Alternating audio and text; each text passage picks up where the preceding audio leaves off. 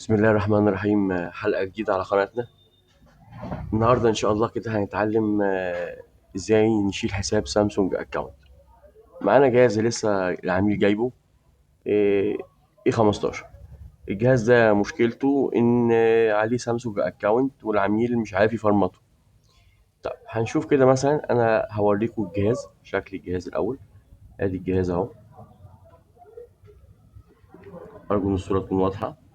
أنا لو دخلت كده على الضبط، هحاول أوضح لكم الصورة ثواني. الضبط اهو. دخلت على الضبط، هلاقي فوق هنا في حساب سامسونج اكونت ظاهر عندي، والعميل مش عارف الباسورد بتاع السامسونج اكونت. وطبعا ما يقدرش يفرمت الجهاز من الريكفري، لان لو فرمته من الريكفري اول ما هيفتح الجهاز هيطلب منه الحساب بتاع سامسونج اكونت اللي هو مش عارف الباسورد بتاعه اصلا، هتبقى مشكله كبيره. فدلوقتي احنا هنتعلم ازاي نشيل حساب سامسونج اكونت. اول خطوه عشان نشيل الحساب ده، هننزل نفعل خيارات المطور. هنزل تحت كده اهو، تحت حول الهاتف. اخترت تحول الهاتف. هنزل معلومات البرنامج اهو، يا رب الصورة تكون واضحة. معلومات البرنامج، هدوس على معلومات البرنامج وهنزل على رقم الإصدار. شايف رقم الإصدار ده؟ هدوس عليه 7 مرات ورا بعض اهو، زي ما انت شايف كده. قال لي ايه؟ تم تفعيل وضع المطور. طب هرجع تاني خطوة اهو، تاني خطوة اهو، وهنزل كمان خطوة. هرجع وهنزل تحت، هلاقي في خيار جديد ظهر اللي هو خيارات المطور. هفتح خيارات المطور وافعل وضع تصحيح الاخطاء. انزل تحت اهو، هو متفعل اهو قدامنا. لو ما كانش متفعل كده انا ابدا افعله. فتح قفل المصنع، لا ده مش مشكله فتح قفل المصنع ده، احنا ممكن نسيبه ده خالص زي ما هو، مفتوح او مقفول مش تفرق معانا. هنزل تحت خالص، اهم حاجه افعل تصحيح اخطاء يو اس بي. شايفينه يا رجاله؟ تصحيح اخطاء يو اس بي. هفعل تصحيح اخطاء يو اس بي. دوس موافق. موافق. كده انا فعلت تصحيح اخطاء يو اس بي. تمام. هرجع بقى تاني كده خالص وهفتح برنامج مجاني، يعني مش هقول لك مدفوع، برنامج مجاني بسيط جدا اسمه اكس سوفت تول. ممكن تنزله من على النت عادي من جوجل.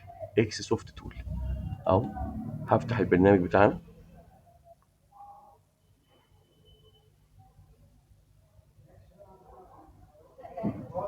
اسمه باين اهو، اكس سوفت تول.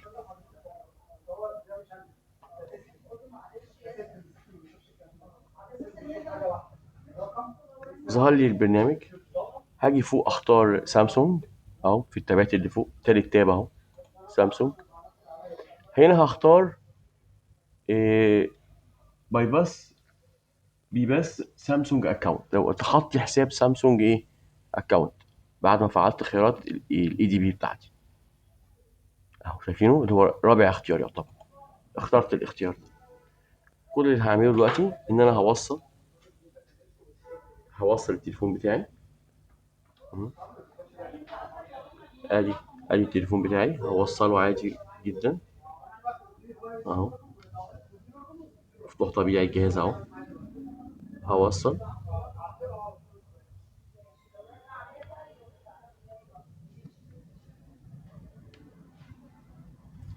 وصلت الجهاز. اول ما وصلت الجهاز قال لي هل تريد السماح بتصحيح الاخطاء؟ هدوس سماح. سماح بتصحيح الاخطاء. سماح. وكل اللي هعمله بعد كده، بعد ما دوست سماح، هاجي دايس تحت على كلمة ستارت اللي هي البداية اللي تحت دي. كلمة ستارت تحت خالص. دوس ستارت كده، هيبدأ يقرا الجهاز زي ما احنا شايفين ويشيل لي حساب سامسونج اكونت. ما العملية ما خدتش أكتر من دقيقة. شلنا كده الحساب بتاع سامسونج اكونت، كده أقدر أفرمت الجهاز بأمان. أهو لو دخلنا على الضبط، شايفين الضبط؟ مفيش حساب سامسونج اكونت خلاص. كان موجود، المفروض موجود فوق في الإيه عندي في الضبط. طلعت كده فوق مش هلاقي فيه حساب سامسونج اكونت. ولو دخلت على الحسابات أنا كده، لو دخلت على الحسابات بتاعتي اهي، انزل تحت خالص لحد كلمة الحسابات، مش هلاقي فيه اي حساب سامسونج اكونت، مفيش اي حسابات اهو. لو حتى دوست ادارة الحسابات مفيش اي حسابات على الجهاز. كده اقدر افرمت الجهاز بتاعي بامان، وانا متاكد ان هو لما هيفتح مش هيطلب مني حساب سامسونج اكونت اللي كان موجود على الجهاز، وهيستجيب معايا للفورمات من الاعدادات نفسها. يعني مش شرط افرمت من الريكفري. لو كان عليه حساب سامسونج اكونت وانا حاولت افرمت من الريكفري، بلاقي ان في مشكله، ما بيسمحليش اصلا ان انا افرمت الجهاز. مش بيسمح لي اساسا ان انا افرمت الجهاز من الريكفري لو كان عليه اي حساب سامسونج اكونت.